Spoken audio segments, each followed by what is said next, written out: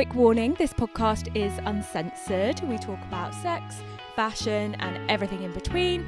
Expect strong language, adult themes and a lot of oversharing. If that's not for you, skip this one. Hi, it's Elizabeth. Welcome to Fashion is My Foreplay. Today we are here with the most amazing bag designer going. And I know that from experience because I live for my bag from Katie France. Hi. No, I do. I think... What an intro. Thanks. Sorry, I'll take that. I can't wear that bag without getting harassed. Literally harassed. Yeah, I was just downstairs talking to your mum and she said that she's worn it out a couple of times. Yeah. And I was like, it's just an instant conversation starter. I'm quite shocked at how far I call it the joy, has spread and how connected it seems to be. Like, everywhere I go now, someone comes up to me, like a gig or something, and even in Waitrose actually the other day, someone came up and tapped me on the back of the shoulder and said, I can't wait to get one of your bags. Like, it's happening everywhere. And for for my, I know that this is boring chat, but for the reach on my Instagram, I can't believe how many bags I sell. Yeah. Oh wow, really? Yeah. It's yeah. I don't get many views on my stories or anything like that. Is Instagram your main? Yeah. Wow. Yeah, I can't be doing two. Like no, TikTok. I hate it. Yeah, I do post on it, but I like post and run. Yeah. Like, whereas Instagram, post and run. Whereas Instagram, I do enjoy it more. I love Instagram, and I think Instagram works better for fashion anyway because it's all about aesthetic. And, yeah. You know, that's kind of where it came from. Whereas, like, I suppose TikTok's a bit more like laughy, jokey, small little videos, story times. I'm not in a good algorithm over there. No, I don't want to go over there. No, me neither. I don't like it. I don't even know why I forced myself to do it. I should have just stuck to Instagram. I think you can reach different places. They're there for different things. I suppose so. Yeah. Every time I wear it, I am constantly getting compliments of people just like jaw drop, like love. And I think I've worn it to Fashion Week as well, and like people are like absolutely in awe, and they're like, I don't know. It's so good. And because I got such a bold one as well, like my colours, I'm wearing my colours for the bag, which is hanging just up there. Love it. So I got orange tassels with a blue bag, and it's very, very electric, and I love it. Great. But only one of that. You're the only one with never that. Sell another. The joy that it brings, babe. It is made its money's worth, I tell you. Honestly, the amount of outfits it's absolutely saved, like, for sure, worth jazzes up your whole wardrobe. No, it does, and like, you know, it's great to support small. And I was going to actually talk about this as quite a bit of a talking point. Is that so? I've just lost 7 stone, 7.5 stone. Well done. Thank you. That wasn't just me coming here to brag. But what I was going to say was, when I was bigger and I couldn't find clothes to fit, bags and shoes were what I could go off. Yes. And like, that's what I was kind of like using to express myself when I couldn't express it through clothing. Yeah. They're suitable for anyone, right? Yeah. So I think that's kind of like why, you know, I was so happy to just be like, get the most amazing bag. Yeah, totally. I've got to be honest. I had a moment where I thought maybe I shouldn't be open about this, but I am open. And to be honest, sizing is one of the reasons I started as a kids brand. Oh wow. And then I went on to adults. I did dungarees. Yeah. And the sizing on it and wanting to be all inclusive was really a lot for a tiny little me trying to keep up with having to have those options available. Obviously, if you're going to stock something, I wanted it to be for everybody. And it wasn't the reason I started a bag. The bag came as me seeing it and thinking I can cateify something like that over there. But it was one of the reasons that I wanted it to go into bags, because it's one size fits all. Yeah, it's inclusive. And you can make the one-offs. Yeah. And I love that. Yeah, no, I completely get it. And also when you're doing sizing for things like dungarees as well, dungarees are a bloody nightmare because anything one piece is just so difficult. Yeah. In the first instant, especially if you haven't been around that long, people don't know that everywhere stocks those sizes. So even if you have them up available, you might not even sell any of them. Yeah. And you've spent the money creating the patterns and you're ready. Yeah. Yeah. It's difficult. It's difficult when you're small. Yeah. I mean, apparently the big ones find it difficult too. But well, yeah, I mean, there's definitely been some size changes in a few places that I used to shop at when I was bigger. Yeah, that's good. But yeah, no, I mean, I love the bags. I think bags are brilliant. They're so fun. And do you know what I really love is I love the wedding bags. That is such a banging idea. Yeah, well, I actually bought out 2 kind of like wedding-y colours, which obviously were like ivory and blue. But actually, they're not my biggest sellers, and I don't have them on the website anymore because all my followers are colour lovers. Yeah, true. So actually, most of them wear the bright ones. I lent a bag to a lady for a shoot to shoot a wedding bag out in LA. Not LA, Las Vegas. And while they were there was actually someone shooting with the bag. There was someone getting married with the bag. That's insane. I know. And those little moments, like literally, are the things that make me realise that I feel like something's happening with it. Yeah. Do you know what I mean? Like, I don't know. I'm just really buzzing about it all at the moment. And I've cried this week because I can't believe the repeat custom is like amazing. I need to get another one. I really do. Do you know what though? Every time I go and I'm like, I'm spoilt for choice. Once you pop, it's really hard. Like there's one lady now and she's got 20 items. So cushion, I did a cushion, 2 aprons and the rest bags. Wow. Yeah, and I think that's wild. I can't even get my head around it, and I love it. She's been like with me as a follower since the beginning, you know what I mean? And like cheers me on, and it's really lovely. But even like 3rd orders, 5th orders, that's what I cried about. I saw another 5th order and I was just like in the park walking to meet my friend. Like, what the hell is going on? Do you know what? I love mine so much that I don't even know if I can top it. Yeah. Because I like talk about finding your most ideal bag. Although now I've got a pink. But if you love those colours, you could go maxi, honey. Well, I've got a pink and green room, so now I'm thinking I should do a luminous pink and green. Nice. Because I do wear that a lot. Yeah. That could be really fun, actually. Oh my God, actually, yeah, that's actually such a vibe. I really think I need to do that. We can work out the colours after, babes. No, because I do. I have like luminous pink, luminous green shoes, and then I wear them with a pink dress, and I think that could actually go really well. Yeah. Perfect. Just sitting here making an order. But yeah, no, I think it's really clever that you've just done bags. Yeah, it was like I said, the sizing thing was definitely an influence, but also I had a little bit of fashion brand consultancy from a lady called Elizabeth. Oh. And Elizabeth Stiles. And what a brilliant fashion name. Yeah. Stiles. Yeah. I know. So yeah, I ended up with her and she sort of said to me, you need to mainstream it. And my disorganisation.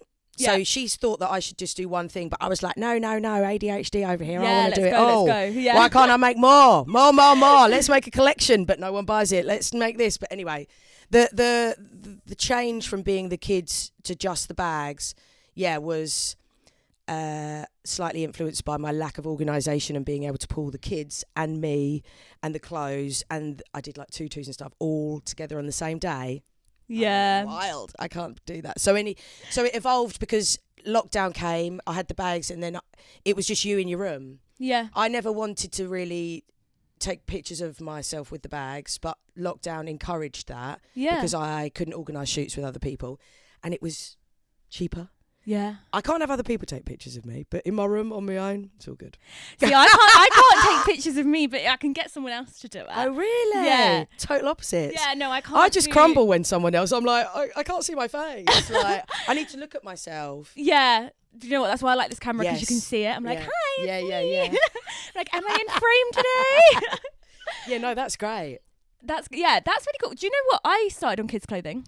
Oh, yeah. Interesting. Like, you probably haven't seen it because my Instagram, it's like, it was, again, back in lockdown. But I mean, things have to evolve, right? I'm definitely so glad that I started, because if I hadn't have even started, I never would have got to where I am now. Because I didn't know that.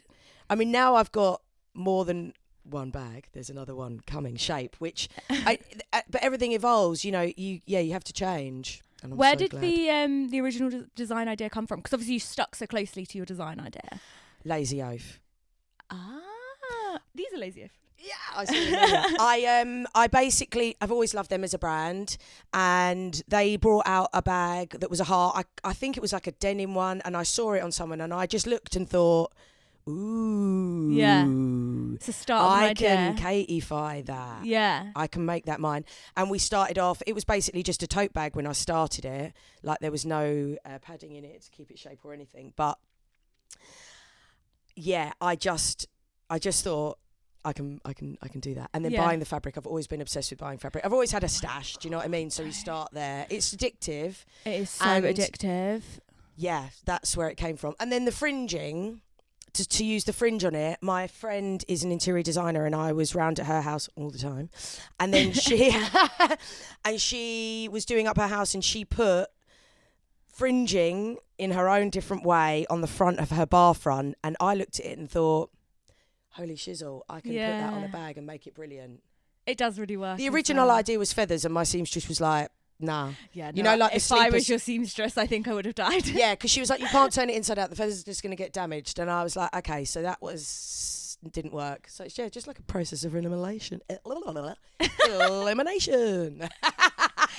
No, and I think it's really interesting as well how you've developed from your one idea, but like it's still so noticeable. Yeah, I'm actually quite surprised because recently quite a few people actually send me people that are making heart bags, other brands. I don't own it. So in the beginning I used to get quite... Yeah.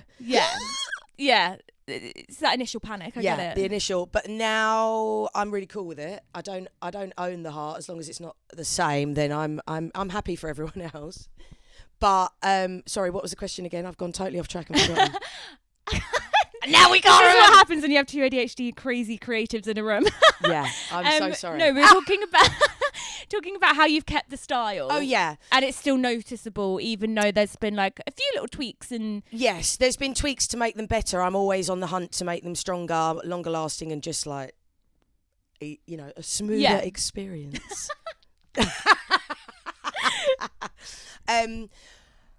But yes, I think I have a certain eye for fabrics and combos that is quite distinctive. Yeah, for sure. Yeah. Yeah. Took me a while to realise that. Didn't really know, you know. I love the way you're like buying fabric, because that's literally how I started, was like buying fabric. And when I moved and really decided that I wasn't going to make kids' clothes anymore, I think I got rid of about 50 bin bags of fabric through like donation, charity shop, everything, like all of that. And it was just like, it was hard. The hunt for me, I love it. It's a game. I mean, I've always been addicted to eBay. I've always loved, not necessarily vintage, but pieces that I didn't find in the high street. I don't even go to the high street. No, me neither. Yeah, like it's I boring. can't remember the last thing I bought. Actually, I can, because my nan always gets me one of those bloody shop for one cards, and I'm like, oh, thank you. Like, I do obviously really appreciate it, but I'm like, I don't shop high street. Like, I'm vintage through and through. When are they going to make vintage gift cards? Oh yeah, I want that. That's all I want for my birthday is vintage gift cards. Do you know what I always do for my birthday? I give my mum my vintage on my favourites, and then she can go and pick a couple of things. I love that. Yeah, that's such a good idea. You've got to get in quick though, because if she gets it through and it's got that green, that sold marker across it, I know. I'm pissed. It drives me mad. I'm so addicted. Vintage. Everything in this room you see is vintage. Everything I wear is vintage. And what I love about vintage is how cute the girls are on there. There are so really many babes. Yeah. I find. I know I've heard some horror stories. Yeah, I've heard horror stories, but I've never dealt with any issues. No. Or like if there's ever been like a postage issue or anything like that, like everyone's so accommodating. Yeah, love it. We're just it's so down to earth on Vinted. Yeah. Not like Depop. I'm scared of Depop. No, it's a little bit more intimidating, but eBay will always be my... I just love it. I used to love eBay, but I don't know, it got a bit too technical for me in the end. Yeah. I don't sell on eBay. I only sell on Vinted. Yeah, I only sell. Actually, that's a lie. It's on my water filter on eBay the other day. Yeah, if I've got like a couch or something, I'll sell it on eBay. I'm 40 now, babe. Lots of boring things happen in my life.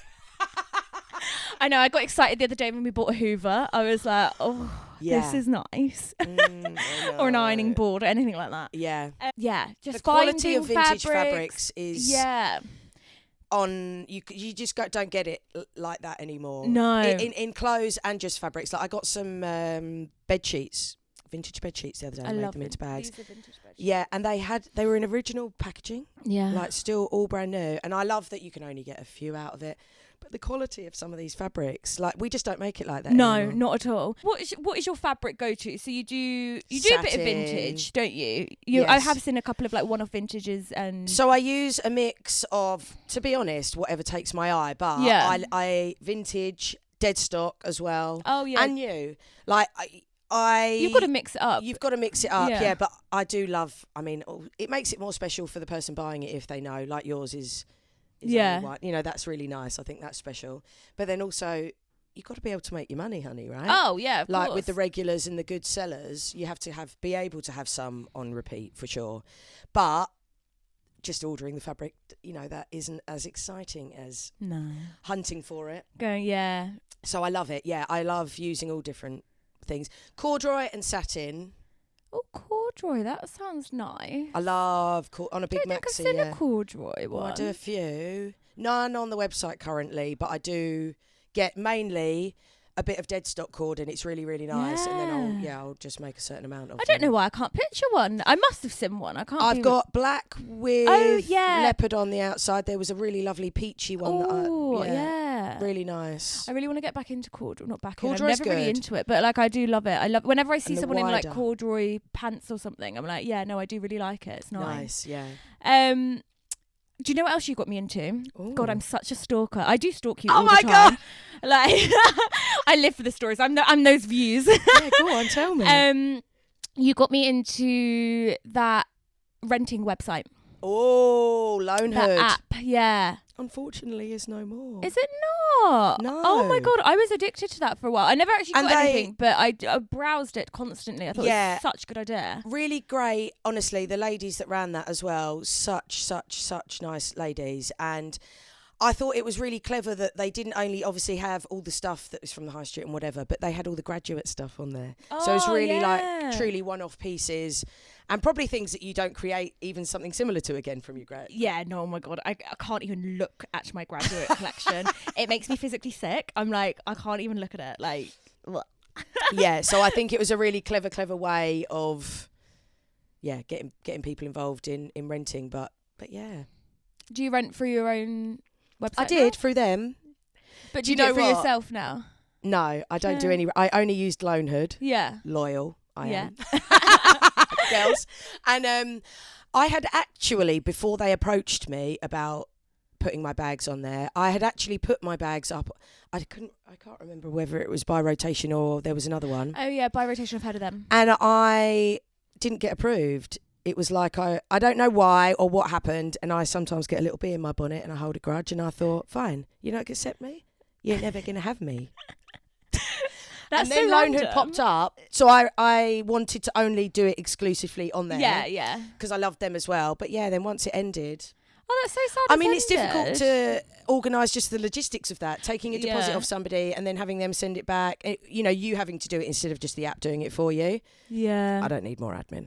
Oh my God, no, admin is like the most horrendous thing in the entire universe. Yeah. And I think designers and creatives are always like admin and trying to push your socials. That's basically what you end up doing, and not a lot of creative at the end of it. Yeah, I mean, if you can combine the socials with you doing whatever it is. I mean, I don't make the bags. I pick all the fabrics and then I send it to my lovely seamstress. But my creative, I mean, I just love dancing. So I just turned what I love with the bags. It wasn't anything that I naturally thought about, like comparing them and like putting them together and doing it. It just happened. Yeah. It's just me. Yeah. I do dance. No, yeah, you are very like honest and eye-catching on your stories, No, but it's nice. Otherwise, like, it's nice to have a face to the brand. Yeah, a lot of brands don't have a face to the brand. And it's really embarrassing at the beginning, though. When I started, God, I was seeing that Elizabeth Stiles lady when I did my first ever talkie story. I mean, just like not wanting to put yourself out there. But do you know what? I think that it's obviously really character building. I'm full of character anyway. I didn't really need to start posting on Instagram to realise that. But it's different when you're talking to your mates and you're full of it, or like you don't know who's watching you or whatever. But I'm just obsessed with my business, and I would pretty much Yeah. do anything for it. No, 100%. I think it's definitely the way to be. And I think as well, like, it is what's happening now. Like, that is, you've got to sit there talking to the camera. You've got to, you know, do a couple of like silly little videos or get your reach and this, that and the other. And as much as we all want to sit here and hate on it and wish to go back to how it was, like, it's just what's happening. Yeah. And we're all walking catwalk. Like, yeah. We've all got our own little TV channels. Yeah, that's a really fun way of putting it. We've all got our own little like reality series. Yeah. I love it. I mean, yes, it's good and not. I find it really I find it intense, the old world of social media. I find the editing intense. Oh, I love it. Oh. Not podcast length stuff. I've never done that. Yeah. You know, dancing around on your social media and stuff, it does bring your body confidence, I find. Yeah. Or confidence just in general, really. I mean, I don't know, how have you found it? I think that colour gives... If I am wearing colour, I'm going to always feel good. Yeah. Like, I mean, I bought myself, I'm not sure why, on Vinted, a burnt orange pair of velour tracksuit bottoms.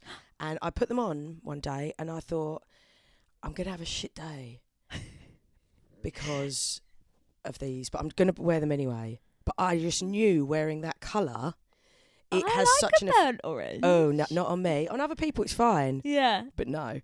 So you know your colours? Yeah. I know my colours. They're just bright. Bright, yeah. Anything goes. Yeah. Dopamine dressing. Dopamine dressing. I didn't even know that that's what it was. I didn't know going to youth clubs when I was younger and deliberately wanting to wear like an orange tracksuit and funny. So I looked kind of like a clown. Yeah. That was in my head. I never said that to anyone because my mates would have thought it was weird if I'd... Well, because I didn't have loads of super creative friends, just regular, Yeah. I didn't even know I was creative. I didn't know I was creative either. No. Oh my God, yeah. I had this sort of like revelation in uni where they were like, you are creative, you know. And I was like, no, but I can't draw. Yeah. And they were like, Yeah. That doesn't matter. I actually now, only in the last sort of few weeks, actually even consider myself a designer. I've had loads of people panic about using the word designer. Like shit. Like I said earlier, You so are, though. Yes, but I think maybe that imposter syndrome, whatever it is, it's like I borrowed a design, right? I saw Lazy Oaf, I catified it. That's what happens in life. You know, things happen. You get an idea. Hopefully it's your own idea. But so anyway. Everything's inspiration in some aspect. Yes, but because they were almost like borrowed ideas, the heart came from Lazy Oaf, the fringe came from my friend. I've designed something now which actually has just come out of my head and I've Googled it and there's nothing else like it. Yeah. And now I feel like a designer. Oh, so it's been like a full circle. Because I've actually designed something. Yeah. Yeah. And but I didn't just pick the fabrics. Like I don't know. It's it's just one of those weird spaces. Yeah. No, I mean, I completely get it. So you've got this new design coming out. Are we going to hear any further about it? So basically it started off with all of my friends having babies and wanting a baby bag and me going, yeah, it'll come at some point. Or other, like, people ask me for backpacks all the time. But like I said, I said this the other day, not to you. I don't ever start like this process of bag where I think I know what it's going to look like at the end from that moment of sitting down. I will see something and then it will evolve. But this one, like, has just come from me. And it started as a baby bag, but it's evolved into something that you can put over the pram, but is also perfect for the beach. But also, I've been using the first sample to take to the gym. I've not stopped using it as my gym bag. It's gorgeous. It's big. So it's a bit of a kind of like a utility bag in a way. It's very much like your go-to. It's got room for everything you need. Oh, a couple of bottles of wine or a basketball, whatever takes your fancy. Basketball. It's big enough. It's big enough. It's strong. It's robust. But it's also totally Katie France identifiable. Oh my God, I'm really excited. Maybe I'll hold off on my other bag. It's good. No, and I think it's important. Like, if you're not feeling good, then you're not confident. Totally, yeah. If you're not feeling, like, I always say, like, if you're not feeling confident, you're not feeling sexy, you're not feeling good about yourself, like your oxytocin's not flowing, like Yeah, I think it's really, really important. And if colour is doing that to you, then by all means. And I can feel sexy in a pair of tracksuit bottoms. Yeah. As long as they're pink. Yeah. No, 100%. And I think that's kind of where I'm going with this is like, you don't have to be walking around in a mini dress and like a blazer and heels to be feeling sexy at all. Like, you really don't. But I think that is historically just something that media or men or life or just the world portrays sexiness is a bit of nudity. Especially for women. A bit of nudity. Yeah. It's mad because like I always say like my sex outfit. My outfit I like to answer the door to. Oh my God, this is jokes. Is a large baggy jumper. And little mini socks. A little bit of makeup but look like you got no makeup on. One of them ones. Oh, you've caught me in bed, darling. I'm not ready. You were coming. Yeah. But I like that. Feeling comfortable. I think feeling comfortable is really important. And and sometimes like your little staple pieces, like the bags, is like, it gives you that little bit of joy when someone compliments it. Oh, totally. Yeah. That swoosh on the fringe. Yeah. Yeah. I love shouting, hollering compliments at people across the road, down the road. If someone smells nice, I'll turn around and go, babe, you smell lovely. I was in the fish and chip shop last night and a woman walked in and she smelled amazing and I was like, honey, you smell so good. I used to live in France actually, and that was one of the reasons I wanted to move home, because it drove me nuts that I was in a supermarket queue. Yes, okay, I could have learned French. I didn't. But I couldn't speak to the people. Like, I couldn't just naturally flow with chat with people. I'm from South London, so I'm like, hey, you look great, beautiful babes. I love it. I love complimenting and then watching people smile. Yeah. I've quite enjoyed watching, there's a guy that goes around on Instagram and he has bunches of flowers and he goes up to people and says, you look beautiful. And they're like older ladies who are walking along with a little trolley, and he goes, you look beautiful. And watching their face change, and then he gives them a bunch of flowers and says, this is just for you. It's really cute. Oh no, that's so nice. I think it's important. Do you know what, the guest I had on last week, or the week before now actually, we had a massive conversation about complimenting people in the street. Yeah. And also wanting to be complimented. I never used to be able to take it, but now I'm like, thanks, babe. Yeah. And people don't. And sometimes you do, not in like a vain way either, but you almost want to be acknowledged for your kind of effort you've put into yourself. Yeah. And he said that, and I kind of thought about it. I was like, yeah, I do kind of get that. Like, I think it comes really vain. It sounds really vain, but I don't think it is. I think it is, especially when you're like a creative and stuff. It's like, I don't know. It's quite interesting. So I'm trying to compliment people more. Yeah, do it. Yeah. Yeah, I love it. I do. I love it. I actually can't help it now, though. If someone like says actually, sometimes when people tell me they like my bag, I just go, thanks, sometimes. Yeah. Sometimes it's just nice. Yeah. And just to say thank you and not go, I make them. Or if my friends say, and obviously they do that. But when someone compliments me, all I do is like, vintage. It's a fiver. Yes. It was a fiver, babe. Oh my God, I do that. Can't help it. When you have that one thing that you bought from Primark 20 years ago that's still surviving, you're like, Primark. Yeah. 2015. Because I literally have like one thing from Primark, or like a couple of things, and they've just survived. I don't know how. Yeah. I find that always really quite fun. But vintage, I'm always like, got it. Yeah, you got to just shout that back, which is obviously a bit annoying because they might not get such a bargain. But. No. And especially when you got a good deal. Yeah. And like I scream it, I'm like, I love it. I know. I think it's brilliant. So I want to talk a little bit about our relationship as well. So I can't remember where I found you actually. Yeah, your mum asked me that downstairs and I was like, I have no idea. I think I just stalked you. I think you came across and then I just went and stalked. Someone probably had a bag and I think I probably clicked on it and was like, but I love the reaction. But I really love in the fashion community when you've got someone that's willing to work with you. And willing to kind of like say yes.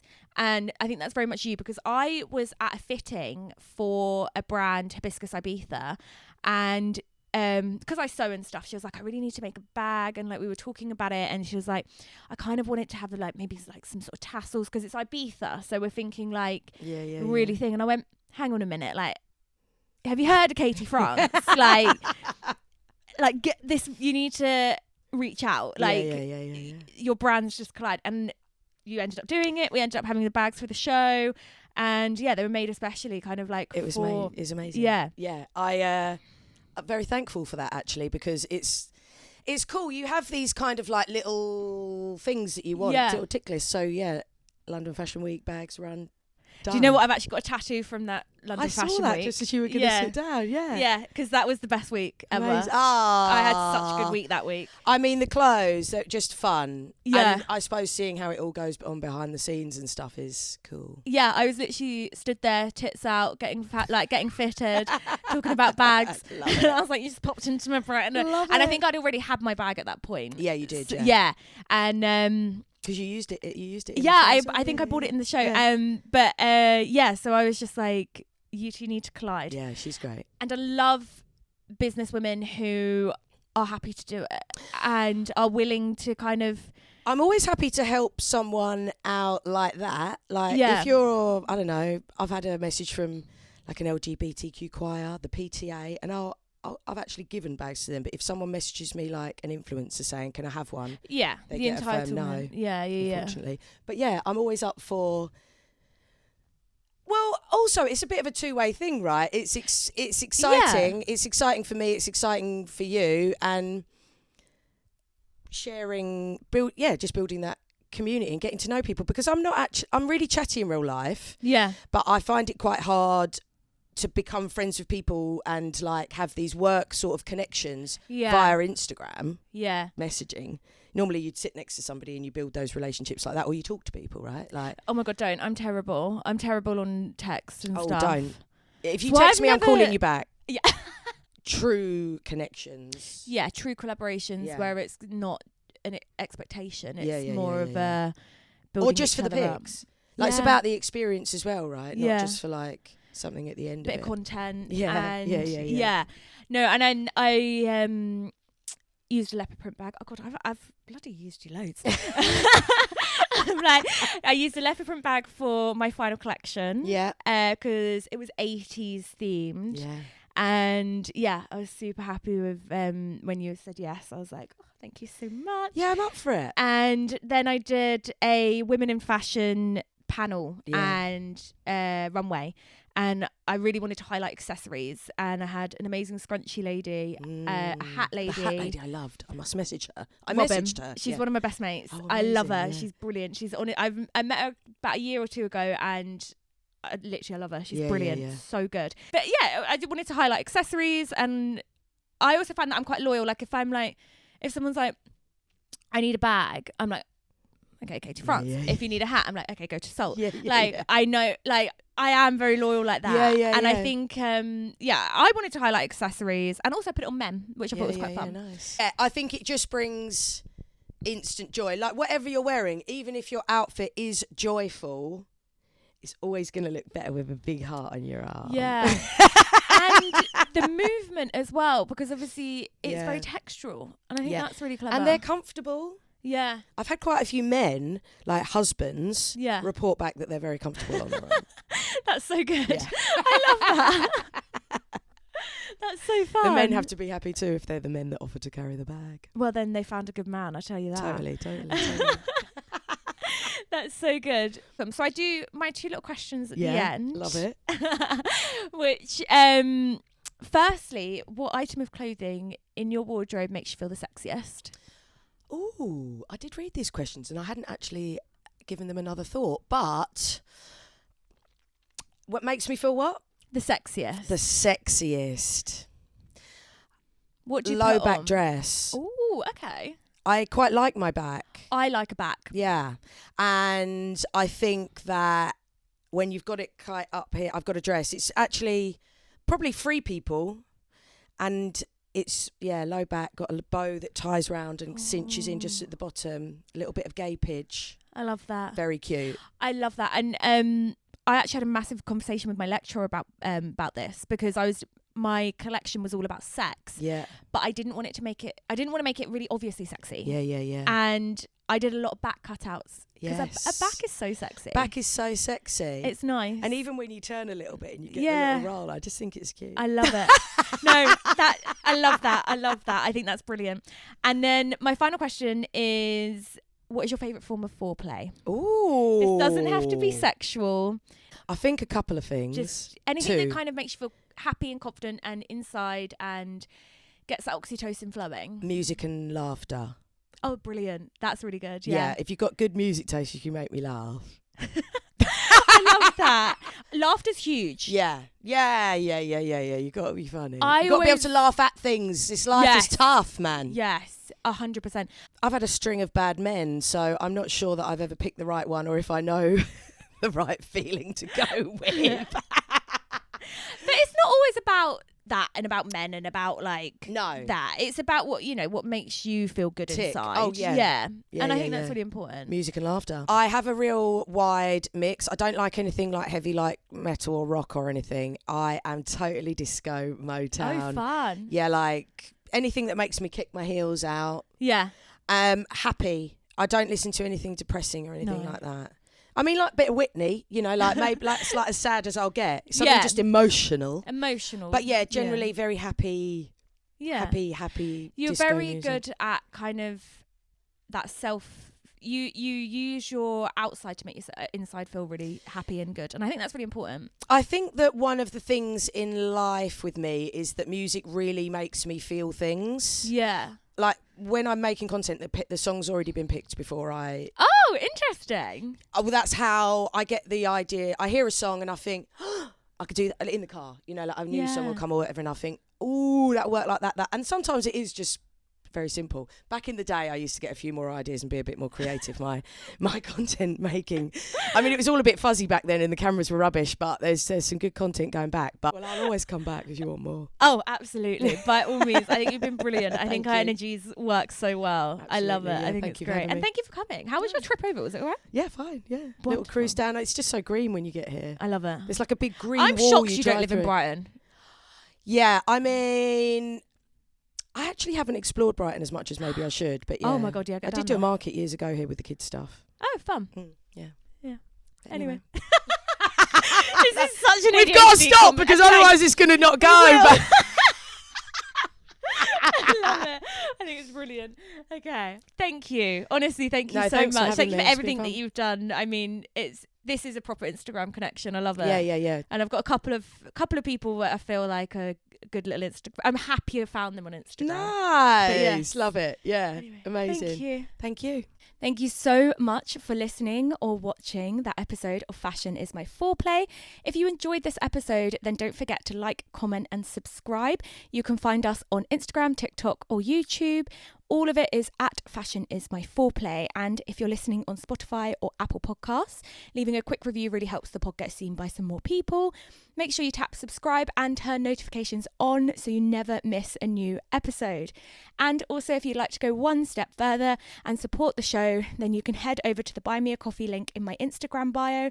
It's a great way just to help us keep creating and, making more of this. I'll see you next week for another episode of Fashion is My Foreplay.